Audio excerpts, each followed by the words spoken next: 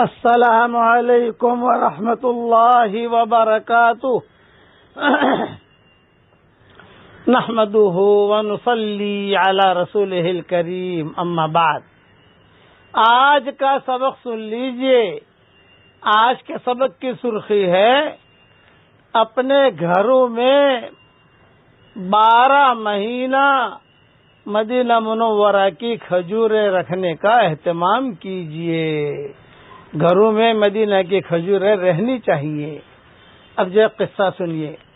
حضور اکرم صلی اللہ علیہ وسلم کا معمول تھا کہ اپنے گھر کا کام خود اپنے ہاتھ سے کرتے اور اس سلسلے میں اپنے ازواج مطہرات کا ساتھ دیتے اور ان کا ہاتھ بٹاتے، اس میں کوئی عار محسوس نہ کرتے۔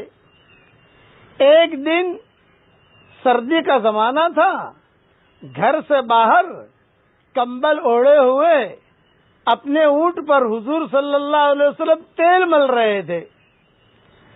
خود کا کام بھی کرتے، کبھی کبھی اونٹ پر تیل بھی ملتے تھے۔ تو ابو طلحہ انصاری کے نومولود بیٹے عبداللہ کو لے کر انس بن مالک آ گئے۔ ایک بچہ پیدا ہوا تھا تو انس بن مالک جو ہے اس کو لے کر آ گئے اور فرمایا کہ حضرت یہ میں اسے لایا ہوں، اس کی تحلیق یعنی تحلیق کے لیے لایا ہوں۔ آپ صلی اللہ علیہ وسلم تحلیق کرائیں، یعنی نومولود کے منہ میں کوئی میٹھی چیز چبا کر ڈالیں۔ آپ صلی اللہ علیہ وسلم نے ارشاد فرمایا کیا ساتھ میں کچھ کھجورے بھی لائے ہو؟ تیل مل رہے ہیں اور تیل ملتے ملتے پوچھ رہے ہیں کہ بھئی تم لائے تو ہو بچے کو، لیکن ساتھ میں کچھ کھجورے بھی لائے ہو؟ انہوں نے جواب دیا کہ ہاں جی ہاں لایا ہوں۔ آپ صلی اللہ علیہ وسلم نے ان سے کھجور لے کر چبائی اور اپنے منہ سے لے کر بچے کے منہ میں ڈال دی، جس پر بچہ اس کو چاٹنے لگا۔ پھر اس کے چہرے پر آپ صلی اللہ علیہ وسلم نے ہاتھ بھی پھیرا اور اس کا نام عبداللہ رکھا اور فرمایا کھجور انصاریوں کی محبوب غذا ہے۔ یہ قصہ سارا کے سارا صحیح مسلم میں ہے۔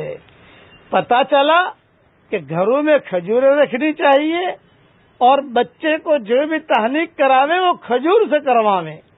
مدینہ منورہ کی کھجور ہو تو بہت اچھا ہے کہ مدینہ کی کھجور کی برکت ہی الگ ہے۔ ہمارے مولانا رشید احمد گنگوئی رحمۃ اللہ علیہ مدینہ منورہ سے کوئی ایک آدمی رومال لے کر آیا تو مولانا رشید احمد گنگوئی رحمۃ اللہ علیہ نے اس رومال کو لیا، کھڑے ہو گئے، اپنے آنکھوں سے لگایا، سر پہ رکھا اور پھر اپنے سینے سے لگایا، بوسہ دیا اور چومتے رہے اور پھر جو ہے بیٹھ گئے۔ تو کسی نے کہا کہ حضرت یہ رومال تو جاپان کا ہے، جاپان بنا ہے اور یہ مدینہ سے آیا ہے، حاجی آئے ہیں تو وہاں سے خرید کے لائے۔ حضرت نے فرمایا بھلے جاپان میں بنا ہو، چائنا میں بنا ہو، امریکہ میں بنا ہو، لیکن مدینہ منورہ کی ہوا لگی ہے تو میں اس ہوا کی برکت سے اس کو اپنے پاس رکھتا ہوں۔ بخاری شریف پڑھاتے تھے تو بخاری شریف میں اس رومال کو رکھ لیا۔ فرمایا کہ مدینہ کی ہوا لگا ہوا یہ رومال ہے، اس کی برکت سے اللہ میرے سینے میں حدیث کا نور ڈالے گا۔ یہ بڑوں کی ترتیب تھی۔ اس لیے اب وہ تو یعنی بنا ہوا جاپان کا ہے، خالی مدینہ کے حوالے کی ہے، لیکن مدینہ منورہ کی زمین کی کھجور اگر ہو، علماء نے لکھا ہے مدینہ منورہ کی زمین کی جو کھجور ہوگی وہ گھر میں رکھنے سے بھی برکتیں ہوتی ہیں۔